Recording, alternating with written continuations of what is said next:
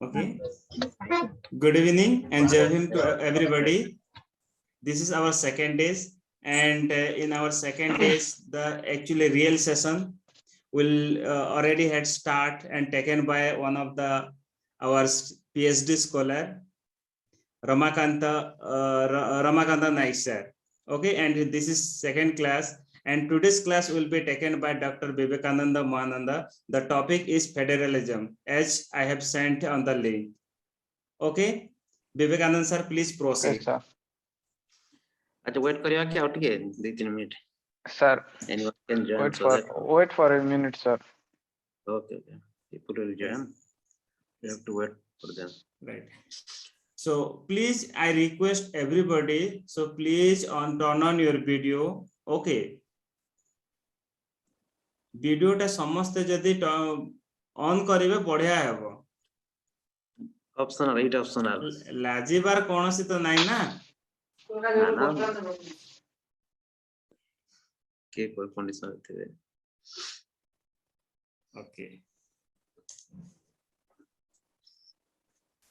कहीं ना अध घंटा या 45 मिनिट पाई भी निजे निज रूम या कौन से साइट रे जदि टी साइट हे जेबे बहुत बढ़िया हेबो.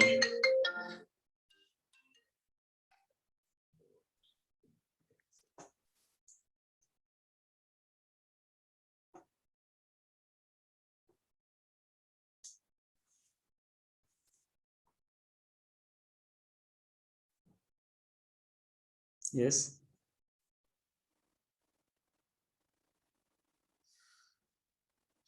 Okay. Now already 9 participants are there, so that it will be very good to start the session. Okay let's start. Good evening and Jai Hind to all of you. Today we will discuss about the federalism. Okay.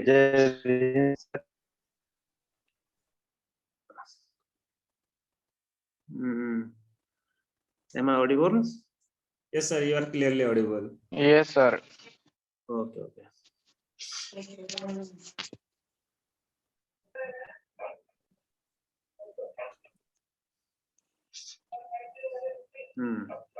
अच्छा federalism हमें पढ़िबा काहे कि why we should learn, we should discuss. एटा जेहेतु GS paper 2 रे अछि बहुत important और mainly एटा mains perspective रे बहुत इंपोर्टेंट. पेरेंट्स भी यार टू क्वेश्चन आछि तो बाकी जॉइन करचन रिसेंटली 10 से गेले. Anyway. Gradually other participants also participate. Okay, but actually we have the time limit. Okay, so that it is very good to just be punctual. Okay. Yes. Start. तो federalism माने कोन एटा जानिबा जरूरी. Federalism the words federalism the Latin words fidos जो थर के आछि fidos माने हला एक contract. Okay this is contract. Constitution हमको दोची contract to the government to govern government को दोची अथॉरिटी दोची गारंटी दोची जे how to govern how to function the government. तो फेडरलिज्म माने हला जे शेयरिंग ऑफ पावर केमिति गवर्न करियो. Okay different political analysis call आछि एक्चुअली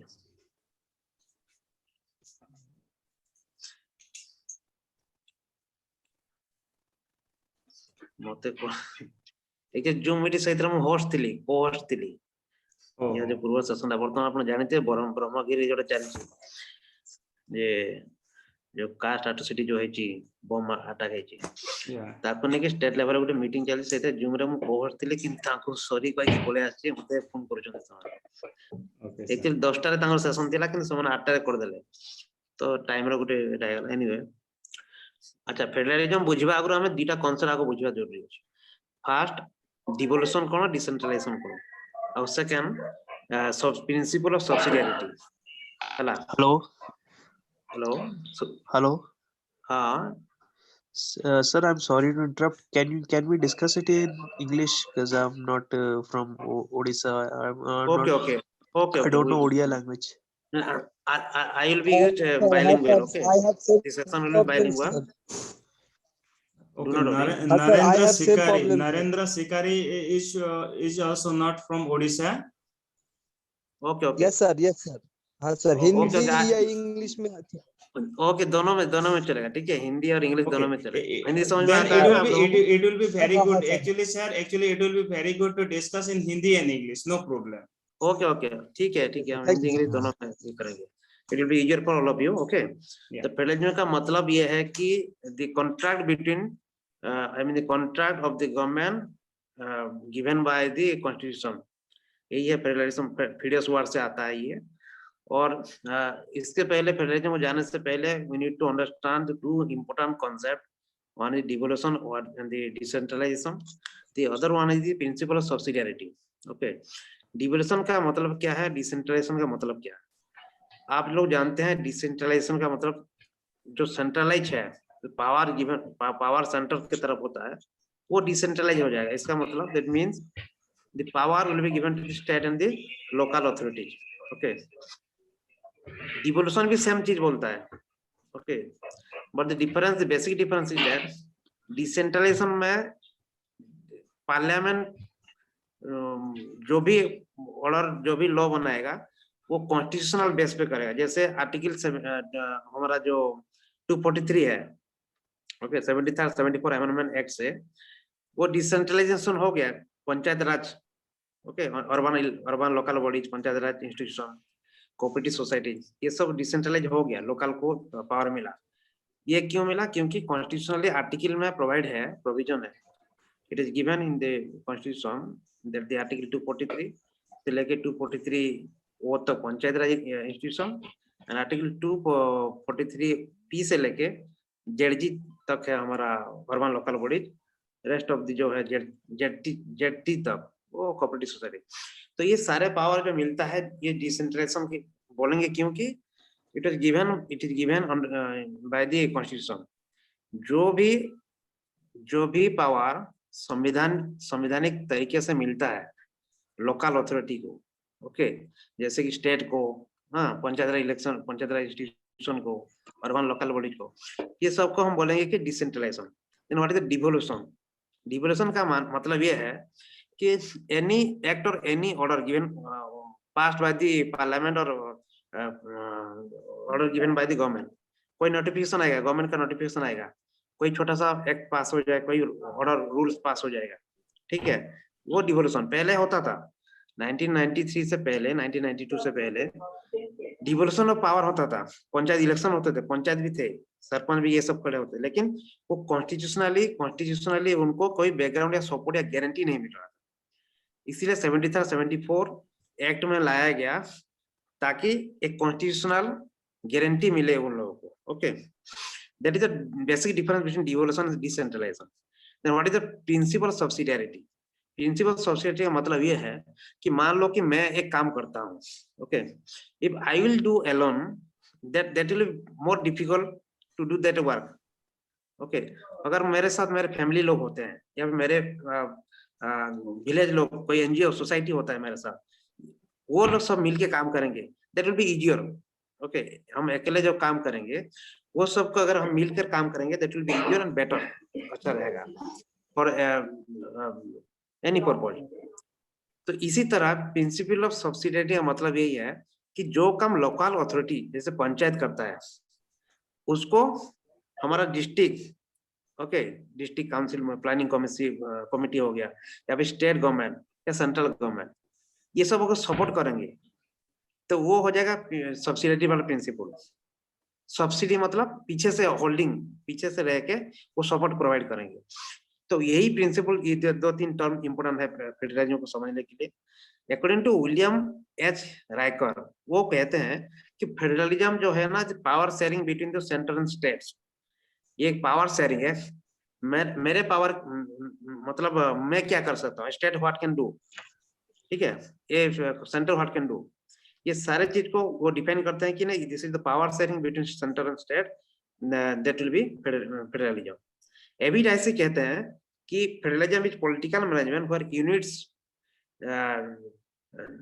जो यूनिट्स होते हैं कॉन्स्टिट्यूशनल अथॉरिटी होते हैं, ठीक है, मान कोई भी लोकल अथॉरिटी होते हैं उनको कुछ पावर दिया जाता है कॉन्स्टिट्यूशन थ्रू से, ओके। और वो अच्छा डेफिनेशन भी है, आप इसको भी लिख सकते हैं, federalism is the political arrangement where units desires और यूनियन विदाउट यूनिफॉर्मिटी, ठीक है। लेकिन ये क्यों जरूरी है, ठीक है, तो इसीलिए जरूरी है, क्यों इंडिया को फेडरलिज्म फेडरेशन की तरफ जाना जरूरी है, कि क्यों हमारे संविधान में ये सब सारे प्राविधान है।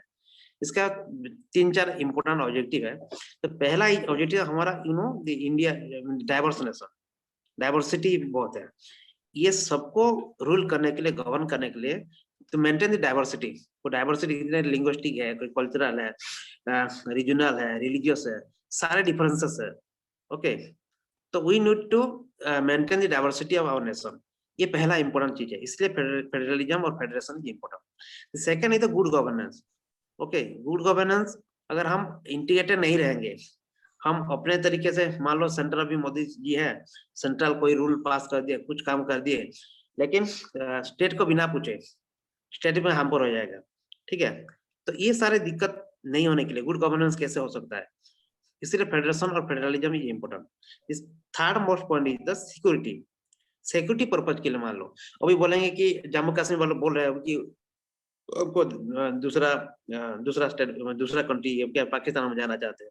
नागालैंड वाले अभी बोल रहे हैं कि we need separate country, okay, Naga country, Naga जो बोल रहे हैं। तो ये सारे security project federalism important, centre का एक होल्डिंग होना, सेंटर का एक क्या बोलते हैं, वो सारे प्रोविजन होना, ताकि वो कंट्रोल में ला सके सब चीज। और थर्ड, वो जो फोर्थ इंपॉर्टेंट कॉमन मार्केट। मान लो कोई भी चीज हम कर रहे हैं, या फिर उड़ीसा है या फिर महाराष्ट्र से कोई भी कुछ कर रहा है, वो अगर बेच नहीं पाएगा तमिलनाडु में, ठीक है, उसको उसके लिए अगर लगता है टैक्स, लेकिन इतने सारे टैरिफ नॉन टैरिफ बैरियर लग जाएंगे, तो फिर वो दिक्कत हो जाएगा, that will create problem. So that's why we need federation और फेडरलिज्म। तो इंडिया का जो हमारा जो फेडरलिज्म है, ये एनीवे फेडरेशन जो होता है, 3 टाइप का फेडरेशन होता है, फेडरलिज्म होता है। पहला है यूनिटरी, ये है यूनिटरी है। दूसरा है कॉन्फेडरेशन। तीसरा जो है फेडरेशन, जो कि हमारा इंडिया है, ठीक है। तो उसको समझने के लिए यूनिटरी क्या है, यूनिटरी का मतलब है यूके, जो यूनाइटेड किंगडम है। यूनाइटेड किंगडम में वेल्स है, हमारा आयरलैंड है, इंग्लैंड है, ठीक है, और एक क्या है, स्कॉटलैंड है, ठीक है।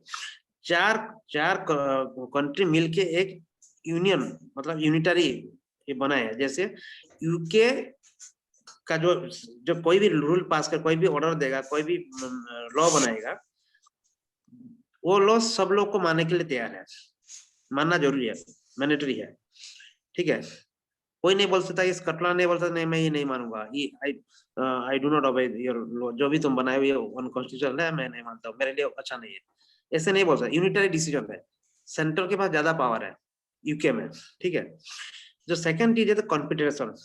कॉन्फेडरेशन क्या है, मान लो अभी बिमस्टेक है, सार्क है, या फिर यूरोपियन यूनियन का ले लो। अभी 28 स्टेट्स है यूरोपियन यूनियन के, जो भी अभी उनका सारे देश मिलके अपने अपने देश कुछ पावर अपने अपने देश से वो सेंटर को दिए, जैसे यूरोपियन यूनियन को दिए हैं। मान लीजिए पुर्तगाल बोला है कि पुर्तगीज बोले कि नहीं भाई ये लो, हमारा ट्रेड वाला काम आप संभालो। कोई बोल रहा है कि हमारा पॉलिटिक्स जो गवर्निंग है या फिर ट्रांसपोर्ट वाला है, ये तुम कर लो। थोड़ा थोड़ा पावर दिए हैं ये लोग यूरोपियन यूनियन को। चाह सकते यूके जैसे ब्रेक्जिट, आप लोग जानते होंगे ब्रेक्जिट, जो यूके बाहर हो गया यूरोपियन यूनियन से, तो वो बाहर निकल सकते हैं, मतलब छोड़ के जा सकते हैं। कॉन्फेडरेशन में ये होता है, सार्क में ले लो, बिमस्टेक में ले लो, कहीं से भी कुछ कोई लोग मतलब अगर इंडिया चाहेगा कि मैं सार्क का मेंबर नहीं होना चाहता, okay, I want to separate from SAARC, तो इंडिया कैन इजीली छोड़ सकता है वो सार्क वाला जो ऑर्गेनाइजेशन है। तो ये होता है कॉन्फेडरेशन। फेडरेशन क्या होता है, सब मिलके, ना स्टेट बाहर जा सकता है, ना स्टेट का कोई अपना एक अलग तरीके मतलब सेपरेशन होने का ये पॉसिबिलिटी है। ये सब नहीं हो सकता है, ठीक है। तो ये है फेडरेशन हमारा जो इंडिया का है। फेडरेशन है, अमेरिका में फेडरेशन है। सबसे पहले जो फेडरेशन हुआ था 1787 में, वो अमेरिका में हुआ था। और जो 1787 में अमेरिका में होता, उनका फेडरेशन थोड़ा अलग है। क्या है कि अगर कोई भी स्टेट चाहता है कि हम सेपरेट होना चाहते हैं अमेरिका से, वो लोग सब मिल के आगे बनाया अमेरिका। पहले से थे वो लोग स्टेट, लेकिन हमारे यहाँ पे फॉर्मेशन हो रहा है स्टेट। हमारे इंडिया में कोई स्टेट, नया स्टेट बन रहा है, कोई नाम बदल रहा है, ठीक है। तो यहाँ पे जो फेडरेशन है, यहाँ का फेडरेशन होल्डिंग, वो बोलते हैं ना, होल्डिंग ऑफ वाला फेडरेशन, ठीक है। सेंटर होल्ड कर रहा है अपने स्टेट को, सारे स्टेट को। और जो अमेरिका का फेडरेशन है, वहां पे क्या है, वो कमिंग टुगेदर वाला, सब मिल के एक यूनियन बनाए, यूनाइटेड स्टेट ऑफ अमेरिका, ठीक है। हमारा इंडिया का है होल्डिंग टुगेदर, मतलब सेंटर होल्ड करके रखा है, बड़े भाई जैसा, okay. And the third important putting together, that is USSR. जो यूएसएसआर है,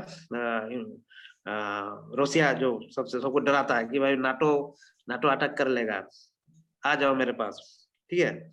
या फिर अभी कोई कंट्री अटैक कर लेगा, अफगानिस्तान अटैक कर ले, मतलब बंदूक जैसा, मतलब डर पैदा करके, ठीक है। वो है पुटिंग टुगेदर वाला फेडरेशन। तो अल्फ्रेड स्टीफन कहते हैं कि 3 टाइप का वही मॉडल है। वही मॉडल 1 जो कमिंग टुगेदर वाला, मॉडल 2 जो है होल्डिंग टुगेदर हमारा इंडिया का जो है, और तीसरा है हमारा जो putting together. Then the important thing is essential feature क्या होना चाहिए फेडरेशन का, किसको हम बोलेंगे कि फेडरेशन ये है। तो सबसे जो एक इम्पोर्टेंट फीचर है फेडरेशन, ये आप एनसीईआरटी में भी जो पढ़ेंगे, एनसीईआरटी क्लास 8 में 10th में भी दिया है फेडरेशन वाला चैप्टर, फेडरलिज्म पावर शेयरिंग वाला। अच्छे से श्रीलंका बेल्जियम वाला इशू दिया है, कैसे वो लोग पावर शेयर करते हैं, ठीक है। श्रीलंका में कैसे जो हमारा जो जाफना एरिया में जो तमिल स्पीकिंग है, जो वहाँ का सिंहली स्पीकिंग है, उन लोग के बारे में डिफरेंस दिया हुआ है, हमारे एनसीईआरटी में दिया हुआ है। तो जब हम पढ़ेंगे वो चैप्टर तब अच्छे से समझ में आएगा। देखिए मैं बता देता हूँ कि क्या क्या फीचर होना चाहिए। तो सबसे पहला फीचर है for the federation, division of power. Division of power होना जरूरी है कि सेंटर को क्या करना है, स्टेट को क्या करना है, और पंचायत को क्या करना है। ये सारे चीज पर डिवाइड होना जरूरी है, और ये हमारा कॉन्स्टिट्यूशन में प्रोवाइड है, प्रोविजन है, ठीक है।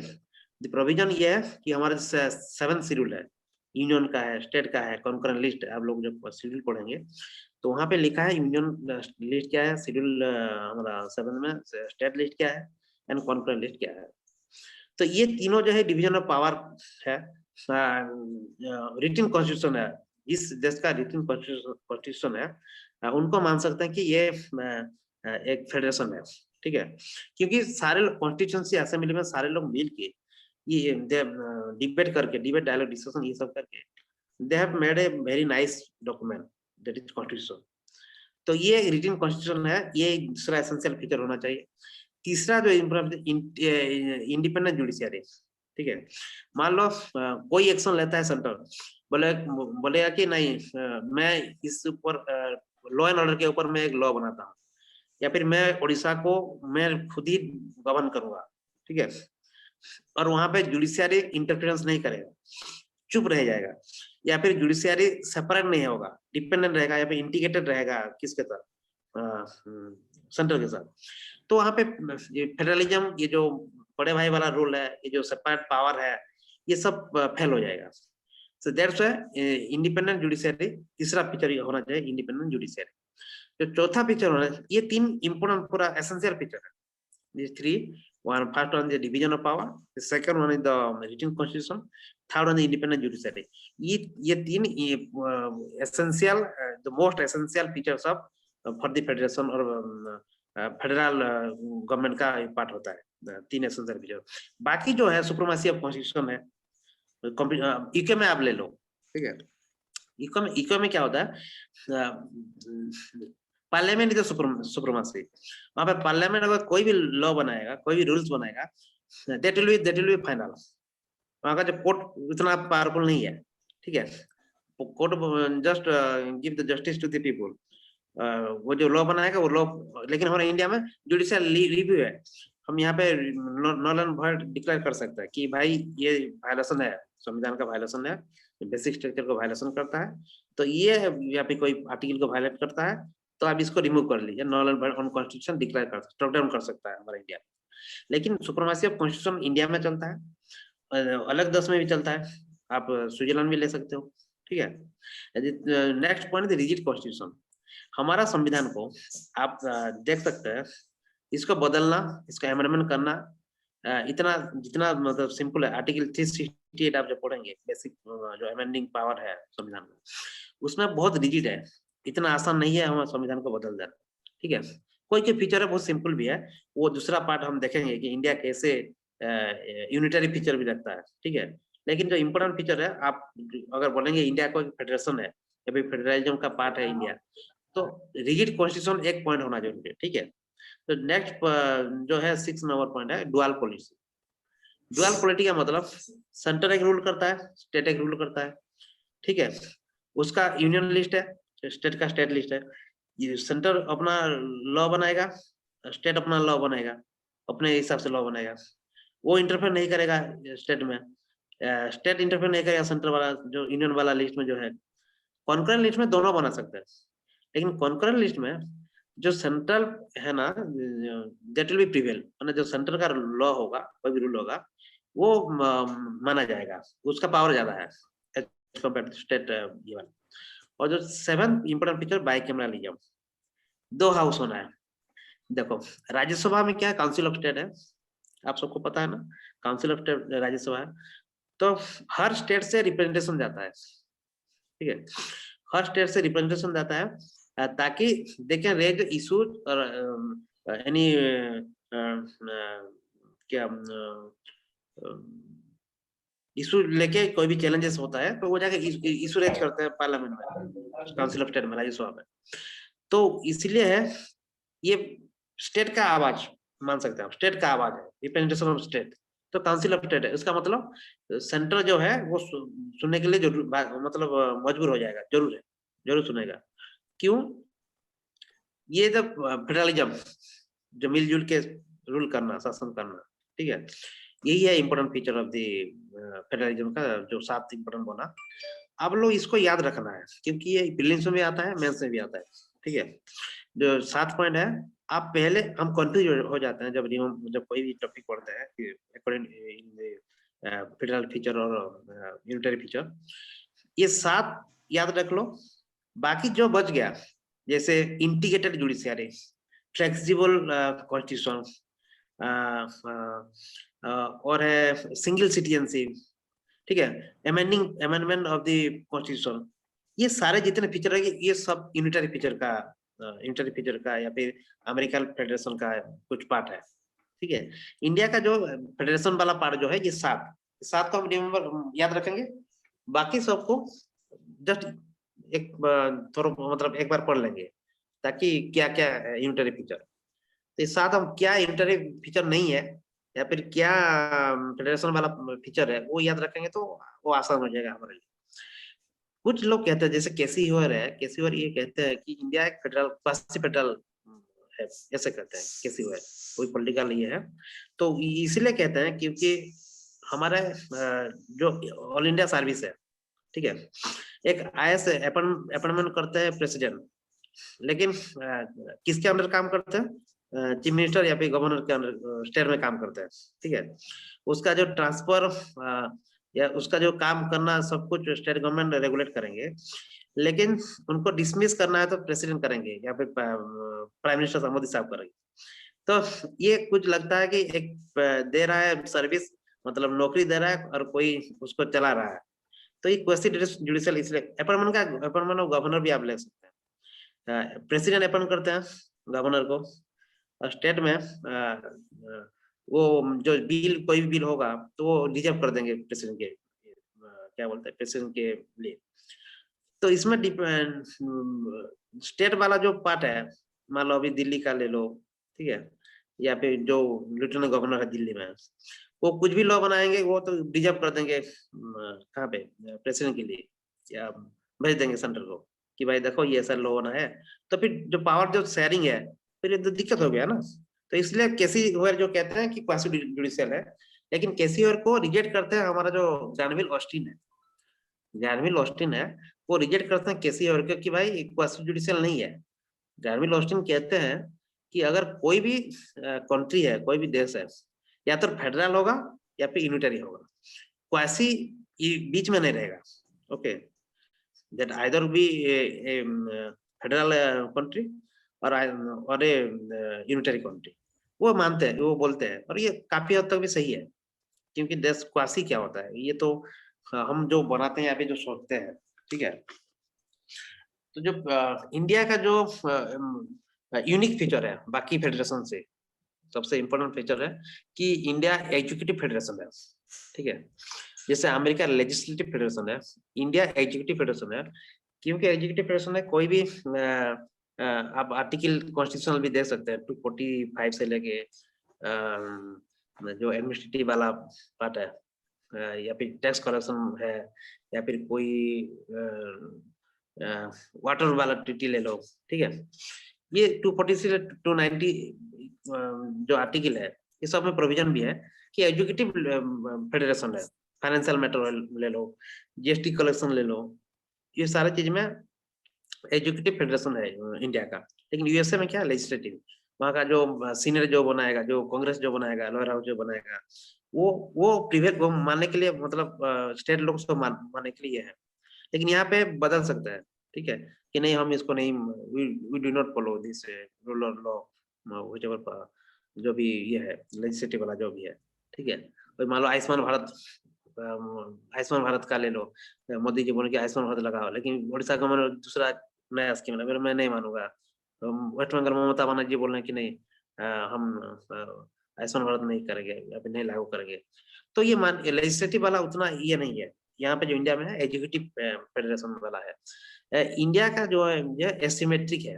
एसिमेट्रिक क्यों है, आप राज्यसभा में देख सकते हैं, you can see different state has different numbers of Rajya Sabha seat. Okay, in Odisha, if you find 10 numbers of seat in Rajya Sabha, in Bihar that will be more, in Tripura that will be 3 or 4. Okay, I do not remember the exact number. So unique नहीं है, एस्टिमेटरी है। लेकिन America का जो federation है वहां पे क्या है ना, हर स्टेट का दो रहते हैं, 2 numbers from each state senior में जाने के लिए, जो काउंसिल ऑफ स्टेट होता है। तो 100 seats in America senate and equal representation from all the states. लेकिन जो एसिमेट्रिक होता है वो ज्यादातर डेमोक्रेटिक लोग जो कहते हैं, पॉलिटिकल एनालिस्ट जो कहते हैं, वो मोर डेमोक्रेटिक होता है हमारा जो इंडिया का होता है। क्योंकि जिस स्टेट का जितना पॉपुलेशन है या फिर जितना ये है क्या बोलते हैं सीट शेयरिंग है, वो इतना रिप्रेजेंटेशन इसलिए हो पाएंगे। मान लो यूपी का 20 करोड़ पीपल है, 19-20 करोड़ पीपल है, तो वहाँ का दो देंगे राज्यसभा को, तो कैसे उनका आवाज उठा पाएंगे, ठीक है। तो दैट्स जो एसिमेट्रिकल फॉर्म होता है, ये ज्यादातर मोर डेमोक्रेटिक होते हैं। और ये कॉन्स्टिट्यूशन डिबेट में भी अम्बेडकर भी बोले हैं, ठीक है। जो नेक्स्ट इंपोर्टेंट थिंग्स है, ये हमारे चैलेंजेस क्या है, जो इश्यूज क्या है। हम तो बोलते हैं कि फेडरलिज्म ये है, लेकिन मतलब इश्यूज क्या होता है। संविधान से लेके आप अभी भी देख रहे हैं, अभी जो टैक्स कलेक्शन ले लो, ठीक है। आप लोगों को पता होगा कि फाइनेंस कमीशन रेकमेंड करता है फाइनेंस मैटर 280 आर्टिकल के तहत, 280 के तहत फाइनेंस कमीशन बनाया गया है। और वो रेकमेंड करते हैं कितने शेयर किसको देना है, ठीक है। लेकिन जो कलेक्शन ऑफ डायरेक्ट टैक्स है, मैं अब नौकरी करता हूँ, I have to pay direct tax और income tax to the government, वो स्टेट गवर्नमेंट को नहीं दूंगा। मैं सीधा इनकम डिपार्टमेंट जो है दिल्ली बेंगलोर में जो है, मैं टैक्स डिपार्टमेंट को दूंगा, वो सारे पैसा वो सेंटर को जाएगा। लेकिन वहां से फाइनेंस कमीशन रेकमेंड करता है कि 41%, 15 फाइनेंस, अभी जो रिसेंट फाइनेंस कमीशन है 15 फाइनेंस कमीशन, वो रेकमेंड करते हैं 41% of the total gross tax. Gross tax से टोटल ग्रॉस टैक्स मतलब टैक्स कलेक्शन जो भी हुआ उस प्रोसेस में, जो भी मान लीजिए प्रोसेस में जो भी खर्च हुआ, ठीक है, टैक्स कलेक्शन में जो भी ऑफिशियल जो टैक्स कलेक्ट कर रहे हैं और जो भी पैसा खर्च हो रहा है उनके ऊपर, या फिर कोई भी एडमिनिस्ट्रेटिव पर्पज के लिए पैसा खर्च है, वो सबको माइनस करके जो पैसा बचता है वो सब पैसा से 41% शेयर जो है स्टेट को देना है। लेकिन ज्यादातर क्या होता है, 41% गवर्नमेंट देता नहीं है, सेंट्रल गवर्नमेंट देता नहीं है, वो 25 से 26% टैक्स देता है, जो कि एक बहुत बड़ा इशू है with respect to direct tax. ठीक है, और ये फाइनेंस कमीशन का बार बार बोलने के बाद भी centre do not provide the exact amount whatever recommended by the finance commission. और जो नेक्स्ट इंपॉर्टेंट है जीएसटी का ले लो। ठीक है, अभी सारे लॉकडाउन हो गया, जीएसटी का वो हम बाद में डिस्कस करेंगे, लेकिन जीएसटी का जो इशू होता है, जीएसटी जो फंड होता है वो फंड भी अच्छे से ठीक से नहीं देता है सेंटर फिलहाल। ठीक है, तो ये सारे जबरदस्त मान लो रीजनल डिस्पैरिटी है। रीजनल डिस्पैरिटी इसलिए है, कोई टैक्स महाराष्ट्र, दिल्ली, कर्नाटक ये वाले ज्यादा टैक्स दे रहे हैं, ठीक है, गुजरात ये सब ज्यादा टैक्स दे रहे हैं, तो उस हिसाब से उन लोगों को ज्यादा मिलना चाहिए, लेकिन उतना मिलता नहीं, सबको समान मिलता है। यूपी बिहार जो है 2 या 4%, 5% या फिर जितना भी टैक्स देते हैं उससे ज्यादा मिलता है उनको, शेयरिंग मिलता है ज्यादा, 41% देते हैं। वो अलग है, क्योंकि गवर्नेंस से डेवलपमेंट की जरूरत है, बिहार यूपी को चाहिए पैसा, तो इसको आप इशू की तरफ ले सकते हैं। या फिर कभी कई बार आप देखते हैं कि prime minister care fund, PM care fund, ठीक है, तो वहां पे पैसा जो है कंपनी लोग देते हैं, सीएसआर है, कॉर्पोरेट सोशल रेस्पॉन्सिबिलिटी फंड एक होता है, जो कंपनी सोशल रेस्पॉन्सिबिलिटी मतलब सोसाइटी के लिए कुछ अच्छे काम करने को देते हैं। ठीक है, मेरा अनम्यूटेड आवाज आ रहा है ना? Yes, sir. ओके ओके, तो Only इस 3 minutes left. Just after time is over, then rejoin again.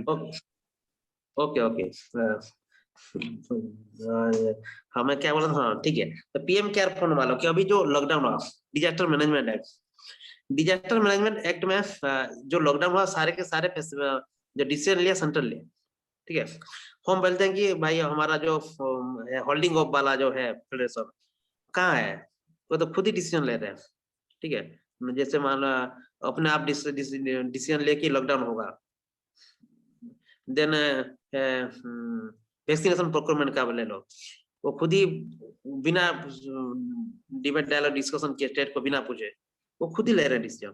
इसका मतलब फेडरलिज्म जो है ये सही मायने में नहीं चालू लागू हो रहा है इंडिया में फिलहाल। अभी बहुत सारे इश्यूज भी पहले भी है, आप गवर्नर का प्रेसिडेंट रूल ले लो, गवर्नर जो 356 आर्टिकल 354 के तहत जो प्रेसिडेंट रूल इम्पोज होता है स्टेट में, वो भी यूनिटरी होता है। पहले भी कांग्रेस जो थे वो भी पहले भी किए हैं, यानी कि अभी फिलहाल का ये है। तो ये सारे इश्यूज बहुत सारे ये है, और जो सबसे इम्पोर्टेंट है जो टाइप ऑफ फेडरलिज्म। अच्छा अभी खत्म हो जाएगा या फिर कितना टाइम बचा हुआ है? Vishal has raised his hand, so just wait, Vishal sir. Just after completion of this session, only rejoin again after only 1 minute. After that, the question question answer session will Let be sir start. complete. Yeah. Okay, let complete sir. Then I will discuss about. Okay. Okay, sir. Yes, sir. Vivekananda sir, continue, sir.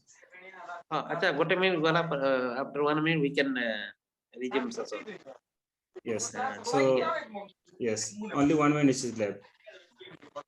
हाँ हाँ, खत्म हो जाने दें। अच्छा, आप लोग सब स्टेट पीएससी के लिए प्रिपेयर कर रहे हैं या फिर यूपीएससी के लिए प्रिपेयर कर रहे हैं? It is the both aspirants are available here. Yes, both OPSC as well as UPSC. हाँ, यूपीएससी के लिए कर रहे हैं तो फिर वो अच्छा रहेगा, क्योंकि स्टेट वाला तो कवर हो जाएगा उसमें, थोड़ा सा कुछ चेंजेस होता है क्वेश्चन का लेवल या फिर What Vivek sir? हाँ हाँ बताइए। Hello. Sir, बोलो। am I audible? या मैं बस यही बोल रहा था कि before starting any session we first shortlist some check we should you should everybody we should provide a checklist like what topics that we are covering in that particular session so that we can go and just overlook the topics so that when we come to discussion then it will be greater clarity will be there. Right. Okay. So before this session or after this session you are talking about? Before this Yes, session. before actually I had mentioned in the Okay. class too that tomorrow.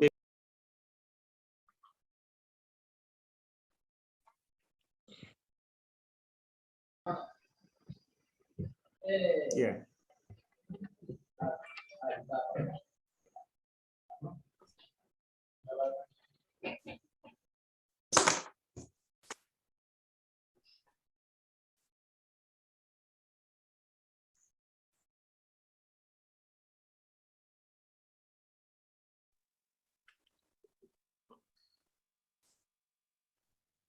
Okay, sir, proceed, sir.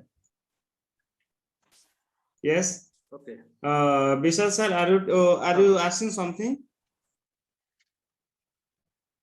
ठीक है, अब हम No, discuss no, करेंगे, बस हाँ वो बाद में करना, पहले खत्म हो जाने दे सेशन, उसके बाद Yes. एक Okay. नॉर्मल एक डिस्कशन रखेंगे Okay, कि yeah, वो बाद में definitely, yes.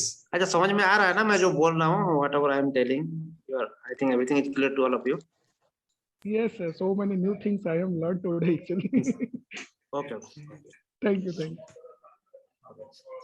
तो जो हमारा इंडिया का जो फेडरलिज्म है, ये कोऑपरेटिव फेडरलिज्म है, ठीक है?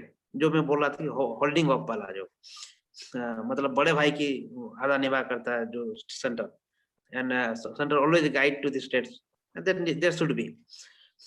लेकिन अभी जो फिलहाल आया है आफ्टर 2014, ये अभी नया कॉन्सेप्ट लाए हैं फेडरलिज्म का, कोऑपरेटिव कॉम्पिटिटिव फेडरलिज्म। ठीक है, कोऑपरेटिव और कोऑपरेट तो करेंगे, लेकिन एक कॉम्पिटिटिव माहौल बनाएंगे ताकि स्टेट अपने आप ग्रोथ करेगा, डेवलपमेंट करेगा।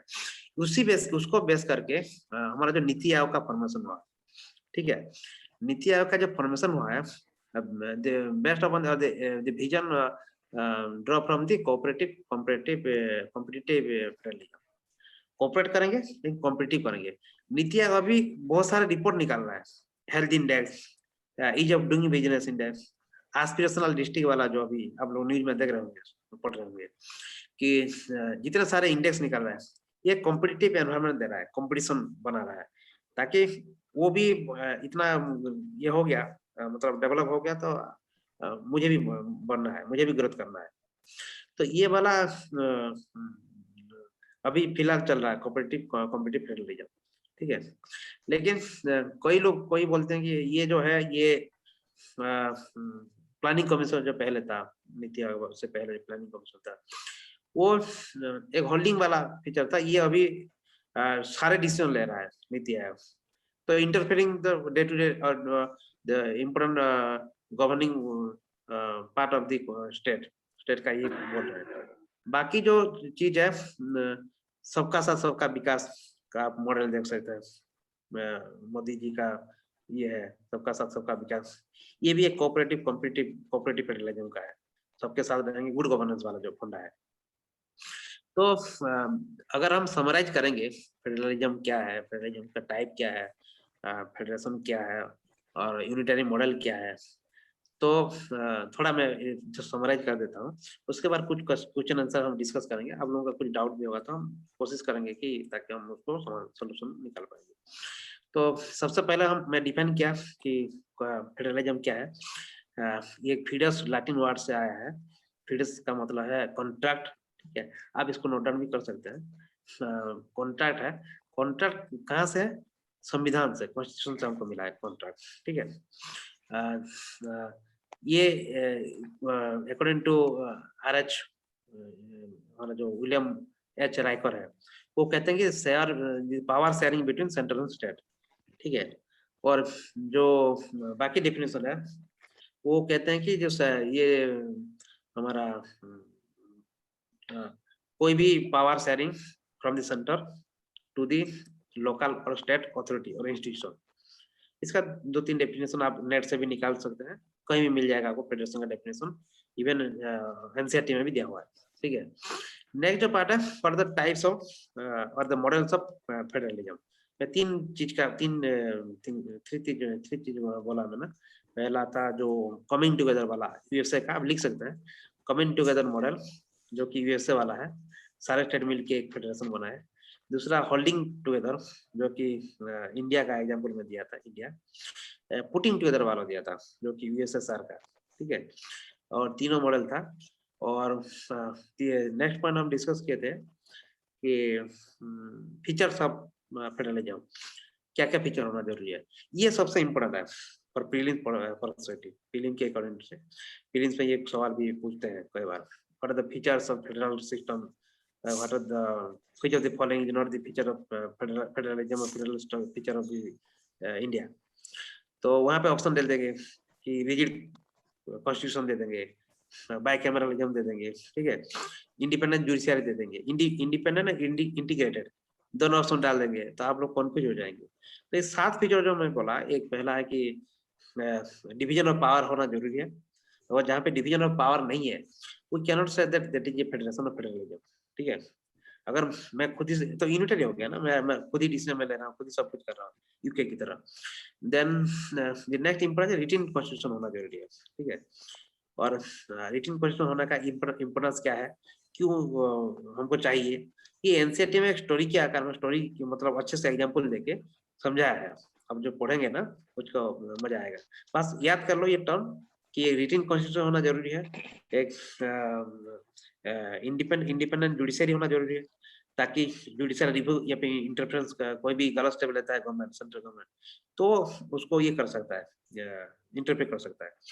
देन रिजिड कॉन्स्टिट्यूशन है, आसान नहीं है हमारे संविधान को इतना बदलना भी, और फ्लेक्सिबल भी है। फ्लेक्सिबल जो है ये यूनिटरी में आ जाता है, ठीक है। और the unitary features of the constitution कोई बोलेगा तो फ्लेक्सिबल कॉन्स्टिट्यूशन हम बोल सकते हैं। तो हम याद रखेंगे और the essential features of federalism, ठीक है, फेडरेशन। तो फेडरल फीचर हम याद रखेंगे तो आसान हो जाएगा क्या क्या नहीं है, ठीक है। तो ये एक लिस्ट बना लीजिए आप, रिजिड कॉन्स्टिट्यूशन हो गया, डुअल पॉलिटी हो गया, बाइकैमरलिज्म हो गया, फिर और क्या मैं बोला था, क्या छोड़, मैं सारे ये फीचर भी ग्रुप में शेयर कर दूंगा, जो भी फीचर, ठीक है। इंटीग्रेटेड जुडिशियरी, हमारा रिटन कॉन्फेडरेशन। हाँ, मैं 3 चीज का डिफरेंसेस का डिस्कशन किया था।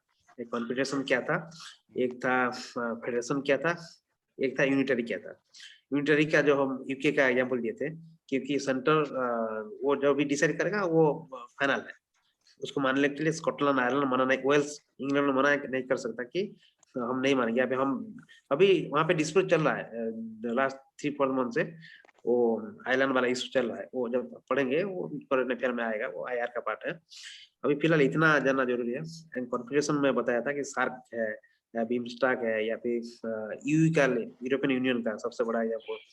जब हम लिखेंगे एग्जाम्पल देंगे, that will give more valuable to the answer. So example देना, एग्जाम्पल की तरह इसे समझना इम्पोर्टेंट है, क्योंकि किताब में तो बहुत कुछ लिखा है, लक्ष्मीकांत जो भी पढ़ेंगे ये सब लिखे हैं, लेकिन we need to understand the basic thing, जो कि फेडरेशन क्या है, क्या फीचर क्या है, यानी इश्यूज क्या क्या चल रहा है, चैलेंजेस क्या है, ठीक है। तो ये सारे फीचर जो एडवांस लेवल में हम डिस्कस करेंगे, कोई भी current affair related federalism federation के बारे में। जो आर्टिकल मैंने बोला, आर्टिकल 246 से लेके 294 शायद, प्लीज चेक कर लेना एक बार। सारे चीज है, एडमिनिस्ट्रेटिव फेडरलिज्म है, एडमिनिस्ट्रेटिव वाला, फाइनेंशियल मैटर में कैसा फेडरेशन करता है, और क्या बोलते हैं,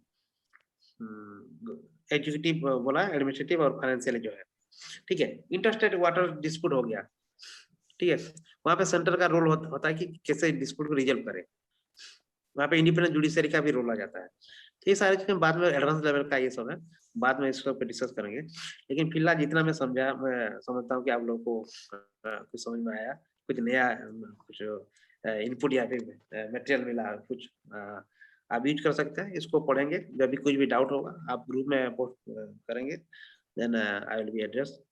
अभी कुछ डाउट है तो कुछ समझ में नहीं आया तो कुछ एडवांस कुछ बोलना चाहते हैं बोलिए, क्योंकि मैं भी अभी पढ़ रहा हूँ, ठीक है।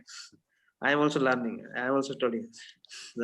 मैं एक्सपर्ट नहीं हूँ, मैं एक मेडिकल स्टूडेंट हूँ, मतलब डॉक्टर हूँ, तो मुझे ये सारे पॉलिटी ये सब इतना ज्ञान नहीं है, लेकिन जितना मैं पढ़ा, जितना मैं नोट बनाया, उसको मैं आपके सामने रखा, और I hope that everybody will enjoy and everything is clear to all of you.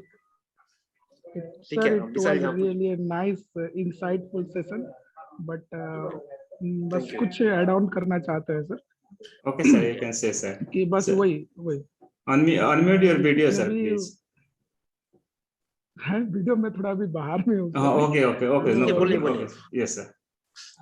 तो बस यही है कि हम भी प्रिपेयर कर रहे हैं, तो हो गया लगभग 5 से 7, हम भी थोड़ी बहुत अभी भी कर रहे हैं, तो लगभग जितने भी यहाँ पार्टिसिपेंट हैं, लगभग कोई नए हो या पुराना, कोई प्रॉब्लम नहीं है, लेकिन एक अच्छा इनिशिएटिव है, मेरे मानना यही है।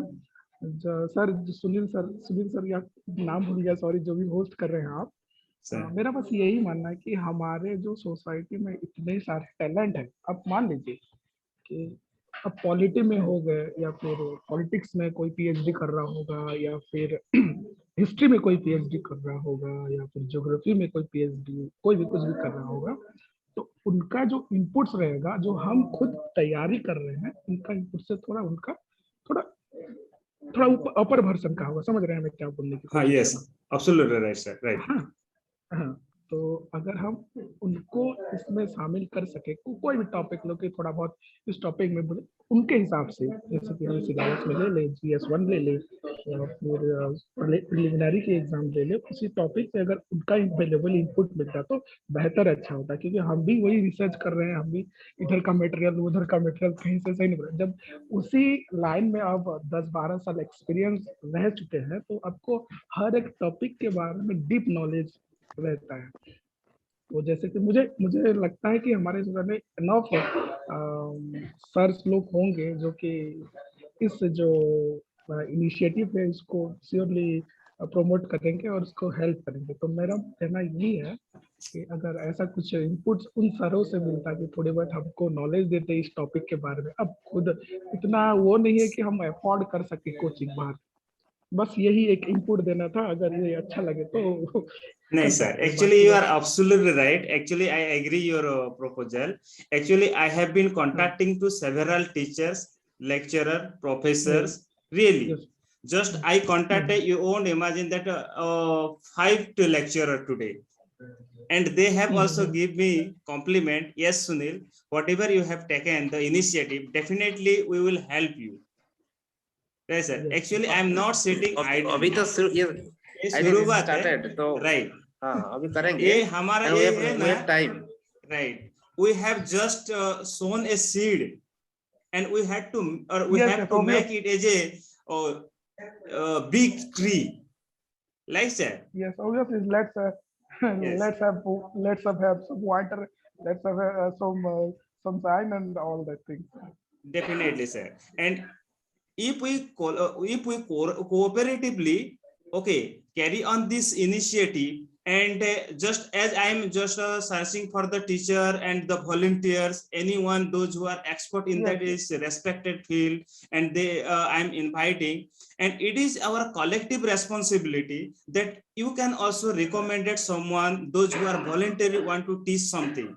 Okay, Vivek sir just told me that I want to take the federalism, as I have prepared this topic very clearly. So okay, no problem. Okay, sir, Vivek sir, you can take this topic, because it is also what very applicable for our OPSC and UPSC and other PCS. Right, sir? No problem. trust And मतलब yes, सही sir. बता Yes, रहा हूँ, Mr. sir. जो first जो तीनों, मतलब विवेक sir जो तीनों फर्स्ट 3 टॉपिक जो मतलब जो इंट्रोड्यूस किए जो फेडरलिज्म के बारे में, वो मैं कभी सुना भी नहीं था। सुना था लैटिन वर्ड है, और जो 3-4 जो कन्फिडरेशन, प्रिंसिपल ऑफ कन्फिडरेशन, इसके बारे में मैंने सुना, 2-3 बारे में जो मैंने अभी इसके बारे में जानकारी हासिल की, वो अच्छा Right. इनपुट था। ऐसे ही You are right. Me too. I actually just I told you and wrote on the chat box also. Please go through the federalism, and I also pick up NCERT, but I did not find that that word too. No, Okay, and I no, have there this, is no such word in NCERT, yeah, or you and can see I in have Lakshmikant, there is no such just word. in Lakshmikant is also just I am searching the where is that word. Really.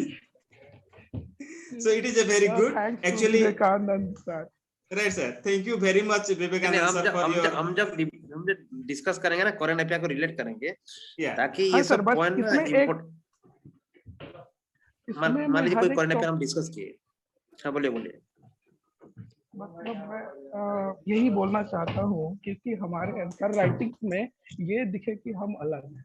हाँ, तो मैं बस कोई भी topic choose कर लेना है तो उसको हम क्या करेंगे कि बहुजन पर्सपेक्टिव आम्बेडकर के व्यू पॉइंट से उस टॉपिक को हम कैसे अलग बना सकते हैं, उस जो टॉपिक को कैसे अलग आंसर राइटिंग। मान लीजिए अब फेडरलिज्म हम पढ़ रहे हैं, तो what is the view of federalism with respect to Ambedkar, Bhabasaheb Ambedkar? What is his perspective regarding the cooperative federalism? What is his perspective regarding competitive federalism? What are his thoughts and views during the constitutional debate? That should be that all material should be collect and put in place so that we all can benefit from it. right sir, constitution का सारे जो part है ना वो अम्बेडकरिज्म का है। अम्बेडकर का यही है। सर, आप वही ना हम, क्योंकि सारे वही चीज पढ़, हर कोई लक्ष्मीकांत पढ़ रहे हैं, हर कोई वही इंटरनेट पढ़ रहा है, लेकिन आपका हम आंसर तभी अलग होगा जब आप पूरा उसका जो कॉन्स्टिट्यूशन का जो आर्टिकल है जैसे भी हाँ। 263 है, 246 है, या फिर 280 के वाला पार्ट लीजिए फाइनेंस वाला, या फिर 279 के 281 का जो डिवोल्यूशन ऑफ जो फंड है, ये सारे चीज जो आर्टिकल में लिखा हुआ है ना, ये सबको आप संविधान का जो BR एक्ट है कॉन्स्टिट्यूशन ऑफ इंडिया का, उसका आप जो से क्लोज पढ़ेंगे ना, वो अम्बेडकर फिलोसफी वाला है, क्योंकि वो चाहते थे कि हम सबको equal distribution of welfare state का जो इकोनॉमिक प्रोपोर्शनल रिप्रेजेंटेशन हो, ठीक है, हर इक्वल किसी का जो डिस्ट्रीब्यूशन बाद में सोसाइटी का वो जाके पार्लियामेंट जो लेजिस्लेचर तक पहुंच सके, यही है बेसिक आइडिया ऑफ फेडरलिज्म। नहीं, आप जो बोल रहे हैं ये सही है, लेकिन हमको अभी फिलहाल ना हमको पहले एग्जाम निकलवाना है, ठीक है, अम्बेडकरिज्म वाला होता है, हाँ ठीक है। तो जो एग्जाम प्रोसीडिंग जो इम्पोर्टेंट है उसको हम ध्यान रखें, क्योंकि मैं ये जो चीज बोला ना, ये प्रीवियस ईयर में पूछा गया ये सारे सवाल, ठीक है। आप प्रीवियस ईयर का क्वेश्चन देखेंगे तो उस स्पेसिफिसिटी में आप लोगों को बता, नहीं तो बताना है तो फिर बहुत कुछ हम बता, क्योंकि लुइस टिलियंस का क्या है कॉन्सेप्ट, क्या है कि कैसे झारखंड छत्तीसगढ़ बना, कैसे पहला मॉडल लिंग्विस्टिक वाला था, फिर हुआ जो गुड गवर्नेंस वाला आ गया, या फिर कोई इकोनॉमिक वाला जो डिवीजन हुआ है, स्टेट हमारा डिवीजन हुआ है, या फिर जो रीजनल डिस्पैरिटी होता है।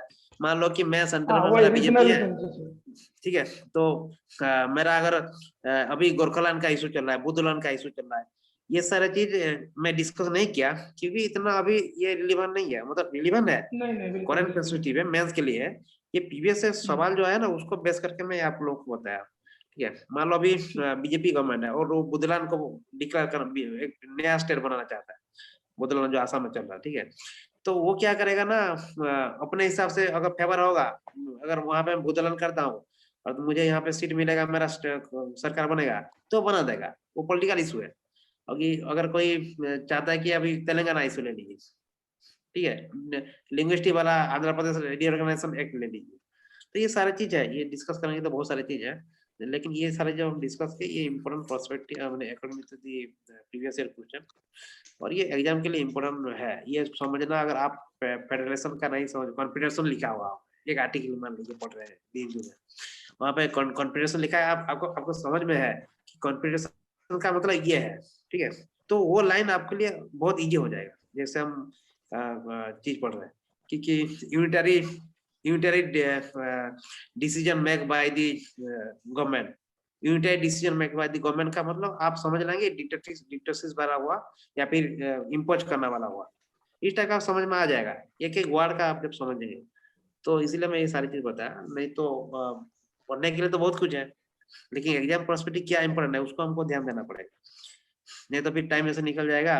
और एक ही टॉपिक में हम मास्टरी कर लेंगे पॉलिटी या फिर कोई भी चीज में, बाकी चीज कवर नहीं कर पाएंगे, ठीक है। तो एक्चुअली भी Okay. जैसे कि पहले तो हमको प्रीलिम को भी बहुत ज्यादा इम्पोर्टेंट देना चाहिए। अगर प्रीलिम अगर हाँ। क्वालिफाई नहीं होगा तो आंसर राइटिंग जितना भी प्रैक्टिस करे तो कोई फायदा नहीं कुछ रहेगा। नहीं होगा।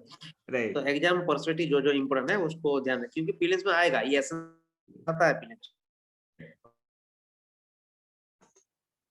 आएगा 351 आएगा, 351 ये आएगा, लैंग्वेज वाला आएगा, ठीक है।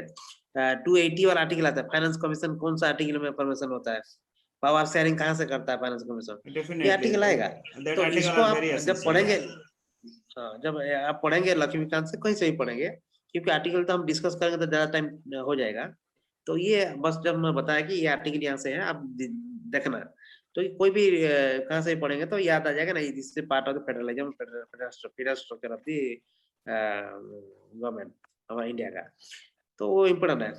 कभी कभार interstate dispute centre state council वाला जो है, ठीक है, वहाँ पर इंडिपेंडेंट जुडिशियरी हम पढ़े आर्टिकल 131 मान लीजिए, ओरिजिनल जुडिशियल जो सुप्रीम कोर्ट का है, जुडिशियल रिव्यू का ले लीजिए, एसआर बोमई वाला जजमेंट जो है, एसआर बोमई केस, ठीक है, एसआर बोमई आप जानते हैं फेडरलिज्म एक part of the basic structure है, federalism one of the part of the basic structure, वो एसआर बोमई वाला जजमेंट में दिया था 1994 में।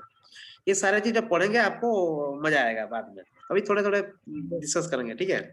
Anyway if anyone have doubt then they can ask, या फिर बोल सकते हैं कोई भी इनपुट है या फिर कोई छूट गया है तो भी आप लोग बता सकते हैं, ताकि हम डिस्कशन करेंगे ताकि इम्प्रूवमेंट होगा हमारा।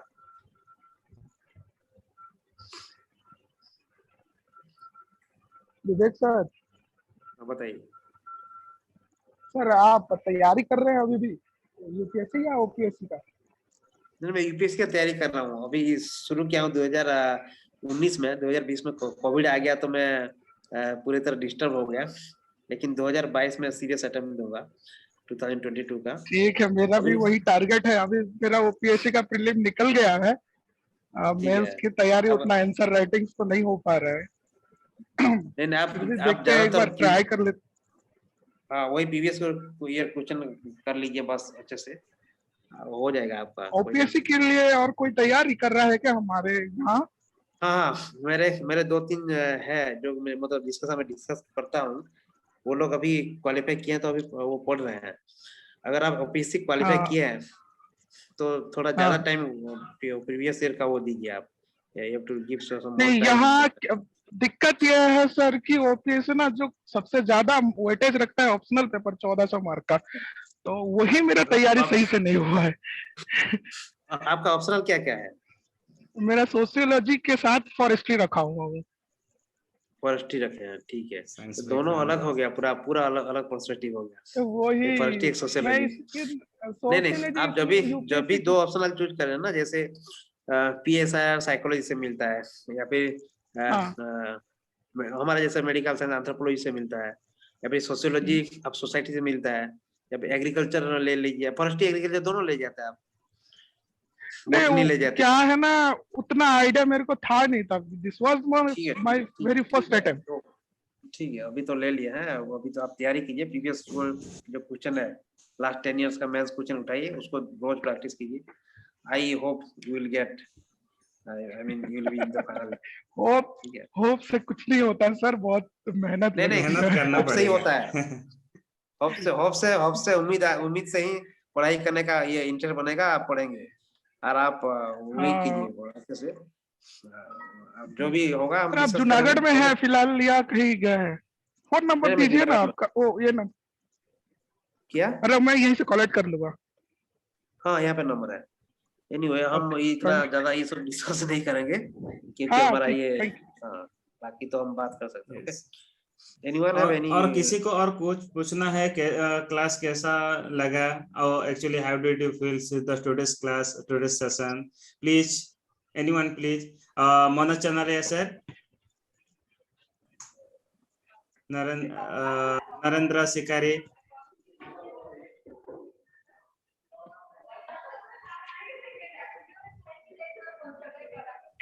सर बोल रहे थे कि जो हमारा जो कॉन्स्टिट्यूशन आपने बोले जो फेडरल है या क्यूएसी फेडरल है, मतलब इसमें थोड़ा सा डाउट था सर। या क्या बोला एक बार और पूछिए। हमारा कॉन्स्टिट्यूशन फेडरल है या क्वासी फेडरल है, उसमें फेडरल है, डाउट। फेडरल है, फेडरल है। क्यों क्यों फेडरल है? नहीं, अगर केसी हुआ ने जो बोला है कि क्वासी फेडरल है, तो उसको जस्टिफाई करने के लिए हम ये फीचर बोल सकते हैं क्या, जो फ्लेक्सिबल वाला यूनिटरी फीचर जो है, या फिर ऑल इंडिया सर्विस का एग्जाम्पल दे सकते हैं, अपॉइंटमेंट ऑफ गवर्नर का भी दे सकते हैं। लेकिन हमारा जो है ये फेडरल है, क्योंकि article 1 India that is Bharat से भी क्या फेडरेशन वाला जो बोलता है आर्टिकल 1 से, और आर्टिकल 3 यही भी बोलता है कि आर्टिकल 1 से जो क्या बोलते हैं डिस्ट्रक्टेबल और इंडिस्ट्रक्टेबल वाला जो है, लक्ष्मी में तो अच्छे से समझा है। आर्टिकल 3 ये भी बोलता है कि इजीली सेपरेशन या कोई रीनेम या फिर कोई बाउंड्री अल्टरेशन ऑफ बाउंड्री ये सब कर सकता है कौन, पार्लियामेंट सिंपल सा लॉ बना के प्रेसिडेंट जो नोटिफिकेशन देगा स्टेट को। ये जो आर्टिकल 3 है, आर्टिकल 3 की वजह से हम बोल सकते हैं कि क्वासी फेडरल है, क्योंकि centre has the power to alter और रीनेम और to change the boundary of any state. वो स्टेट को भेजेगा, नोटिफिकेशन देगा, वो स्टेट माने या कोई भी रिकमेंडेशन देगा स्टेट, उसको प्रेसिडेंट माने या ना माने कोई फर्क नहीं पड़ता है। वो सिंपल सा रिजल्यूशन अगर पास कर दिए पार्लियामेंट में, अभी जैसे जीएनसीटी का न्यू दिल्ली का नेशनल टेरिटरी वाला जो एक्ट है जो पास किया अभी, वो ऐसा ही है ना। तो इसी वजह से क्वासी फेडरल कह सकते हैं, quasi federal in the sense centre has more power. और सेंटर को ये फेडरेशन इसीलिए है क्योंकि centre has the more power. अगर हम 7th शेड्यूल देखेंगे, centre has the more power. क्यों मोर ज्यादा पावर है? अगर सेंटर के पास ज्यादा पावर नहीं रहेगा तो जम्मू कश्मीर अभी सेपरेट हो जाएगा। उस टाइम अम्बेडकर भी कॉन्स्टिट्यूशन डिबेट में यही बोले थे कि centre should have the more power. जो पहले रेसिडुअरी पावर जो था गवर्नर जो क्या बोलते हैं प्री इंडिपेंडेंट में, जो ब्रिटिश के राज में जो रेसिडुअरी पावर था वो गवर्नर के पास, गवर्नर जनरल के पास रहता था, वाइसरॉय के पास रहता था। ठीक है, तो उसी तरह कुछ इंपोर्टेंट फीचर को ज्यादा पावर सेंटर को देना चाहिए ताकि यूनिटी हमारा बना रहे। ठीक है, हमारा यूनिटी बना रहे, और यूनिटी के ठीक लिए सर, और डाइवर्सिटी के लिए मतलब फेडरेशन हाँ सर, हेलो हाँ हाँ हाँ सर, ठीक ठीक है सर। हाँ, ठीक है। अभी कुछ समझ में आया नहीं? बाकी डिस्कस करेंगे अगर कोई भी डाउट होगा तो।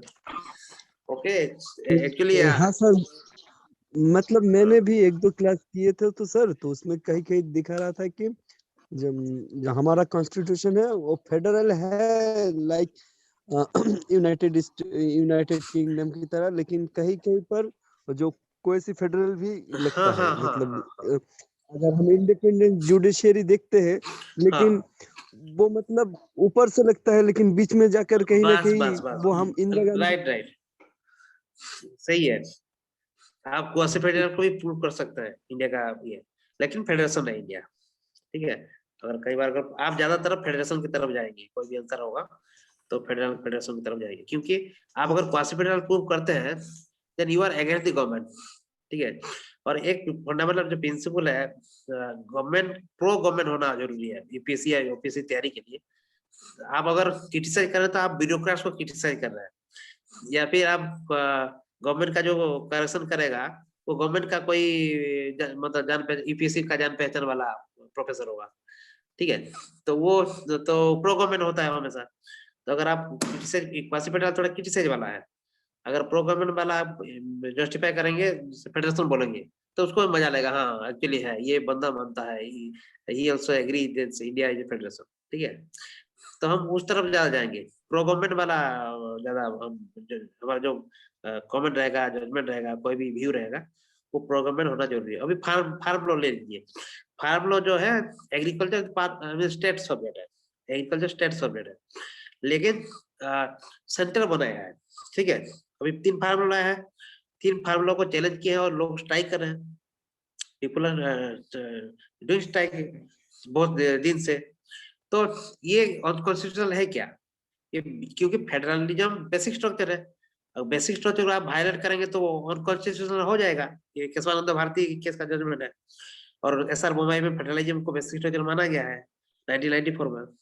तो अगर फार्म लॉ को अगर स्टेट का है एग्रीकल्चर तो स्टेट बनाना चाहिए, लेकिन सेंटर क्यों बनाया? सेंटर इसलिए बनाया क्योंकि trade, business, regulation, transportation, distribution, कोई भी फार्म, फूड स्टॉक, धान हो, मतलब ये शुगर कैन हो, कुछ भी हो, अगर राइस कुछ भी करता है, राइस का, फार्म प्रोडक्ट का कुछ भी करता है, फूड स्टॉक का डिस्ट्रीब्यूशन हो या फिर परचेज हो या फिर ट्रेड हो, वो कंकरेंट लिस्ट में दिया हुआ है। और कंकरेंट लिस्ट में जो दिया है वो सेंटर के पास पावर है, centre can make rules and law, ठीक है, तो इसीलिए वो प्रिवेल है। तो हम ऐसे जस्टिफाई कर सकते हैं।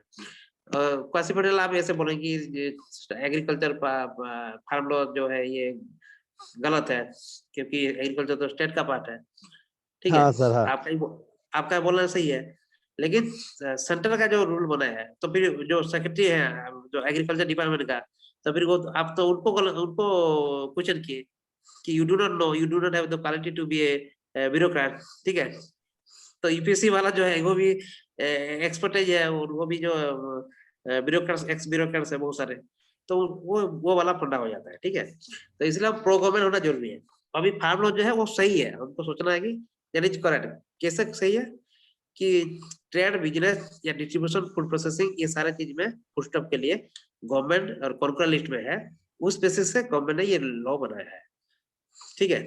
और जस्टिफाई उसको करेंगे क्योंकि जो इनकम, जो फार्मर का इनकम डबल, ठीक है, तो जो डबल 2022 तक सपना है, farmer income should be double in India, ठीक है, वो सब हम लिखेंगे तो वो आंसर अच्छा ये होगा और वो इम्प्रेस हो जाएगी जो भी मांग रहे कि बोला कि नहीं ये अच्छे से समझा है, ठीक है। क्रिटिकल करेंगे तो रहेगा, लेकिन उतना ये नहीं रहेगा क्योंकि आप क्रिटिसाइज ज्यादा करेंगे तो थोड़ा मार्क, मुझे जो जानकारी मिला है, जो लोग अभी IAS में है, मेरे दोस्त लोग हैं 3-4 तो हैं, वो लोग कहते हैं कि ज्यादा क्रिटिकल नहीं होना है गवर्नमेंट की, कोई पॉलिसी हो, प्रोग्राम स्कीम हो या फिर कॉन्स्टिट्यूशन रिलेटेड कोई भी चीज हो, तो ज्यादा प्रोएक्टिव होना जरूरी है, ठीक है। मतलब सर सेफ पैसेज खेलना है गवर्नमेंट को आगे बस गवर्नमेंट को खुश कर, हमारे दिमाग में मन में है कि ये गलत है, लेकिन हमको खुश करना है। जब तो हम जो इवैल्यूएटर है उसको खुश करना है। हाँ, वही कलेक्टर जो ब्यूरोक्रेट्स है जो लॉ बनाए हैं, कोई भी तो IAS ड्राफ्ट किया होगा ना उसको, वो जो रूल्स लॉ को, प्रिंसिपल सेक्रेटरी ये सब, एडिशनल सेक्रेटरी, चीफ सेक्रेटरी ये सब, बाकी तो मंत्री का तो बस सिग्नेचर है और क्या डिस्कशन दीजिए। ये वो हम चर्चा करेंगे, बहुत सारी चीज है करंट अफेयर में आएगा। तो अभी थोड़ा बेसिक कुछ कॉन्सेप्ट थोड़ा पढ़ लेते हैं, उसके बाद हम सारे चीज डिस्कस करेंगे, ओके। हाँ ठीक सर। और सर बोल रहे थे कि जो न्यूज़पेपर ग्रुप में था वो क्या हर दिन आएगा sir?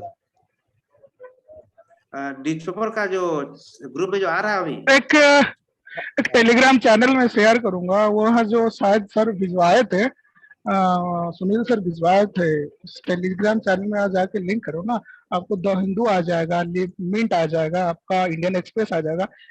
These are the few important newspapers ठीक है that one सर, should जो follow. भी अच्छा लगता है आप लोग करिए, कोई प्रॉब्लम नहीं। जैसे कि मटेरियल तो आएगा, लेकिन उस मटेरियल को कैसे हम इम्प्लीमेंट करेंगे हमारा लाइफ में, हमारे जीवन में, हाँ, राइट, यही बहुत बड़ा बात है। Actually compilation of the material is not good, that how to read all the material and how to enter in our mind is most important thing. Sir आप अगर दृष्टि का फॉलो करते हैं, आप दृष्टि का फॉलो करते हैं, अगर दृष्टि का मेटेरियल अवेलेबल होगा कोई भी, तो आपको आप उसको फॉलो कीजिए। मैं विजन ऐसा करता हूँ, तो विजन ऐसा जब आएगा अभी इस मंथली का, उसको मैं अच्छे से पढ़ूंगा, ठीक है। कोई नेक्स्ट IAS का फॉलो करता है, कोई IAS भी कुछ ऐसा कुछ देते हैं, तो ये सब इसलिए देते हैं ताकि आपको जो आप फॉलो करते हैं उसको फॉलो कीजिए, ठीक है। और अगर उसमें कोई डाउट होता है, कुछ भी होता है, आप वहाँ पे ग्रुप में पोस्ट भी कर सकते हैं।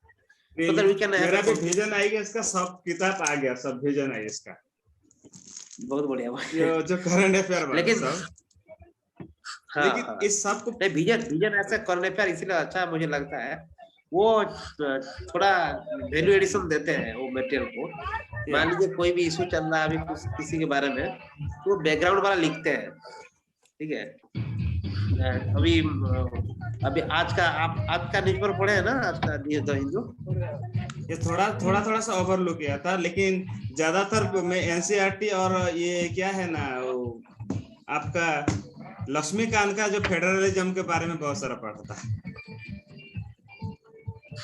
नहीं फेडरलिज्म में लक्ष्मीकांत जो बोल रहे हैं वो प्रीलिम्स पर्सपेक्टिव में तो अच्छा है, लेकिन डीडी बासु में अच्छा दिया है फेडरलिज्म। ठीक है, डीडी बासु में भी Anyway, ऐसे है, ठीक है।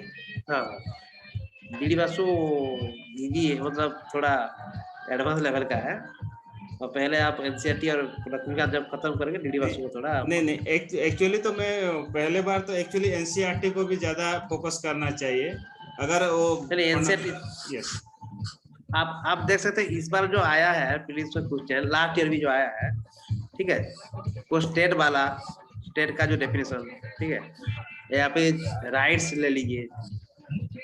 देखिए आर्टिकल 12 क्वेश्चन भी है, वो क्वेश्चन भी है और आंसर भी सब कुछ सॉल्व कर चुका हूँ, उसको भी शेयर करेंगे और एक क्वेश्चन आंसर को भी डिस्कस करेंगे। आज आया है 2020 का आंसर से यूपीएससी रिलीज किया है, उसमें 2 सवाल गलत है, ठीक है, और वो 2 सवाल गलत है, वो 2 सवाल भी अब कभी डिस्कस कर लेंगे। ठीक है, आज फिर इतना ही, फिर कंक्लूड कीजिए और फिर कभी फिर बात करेंगे कोई नया टॉपिक के ऊपर। Okay, and thank you all for listening to me. Okay, and I hope everyone has understood everything, I mean whatever I told, and Thank you, sir. Thank you. Thank you ठीक है, so much, sir. Thank you so much for sharing your very knowledgeable knowledge, sir. Actually, the class was very excellent, right? And so now I'm winding up the class session. Okay. Thank you. Good night, everybody. Thank you, sir.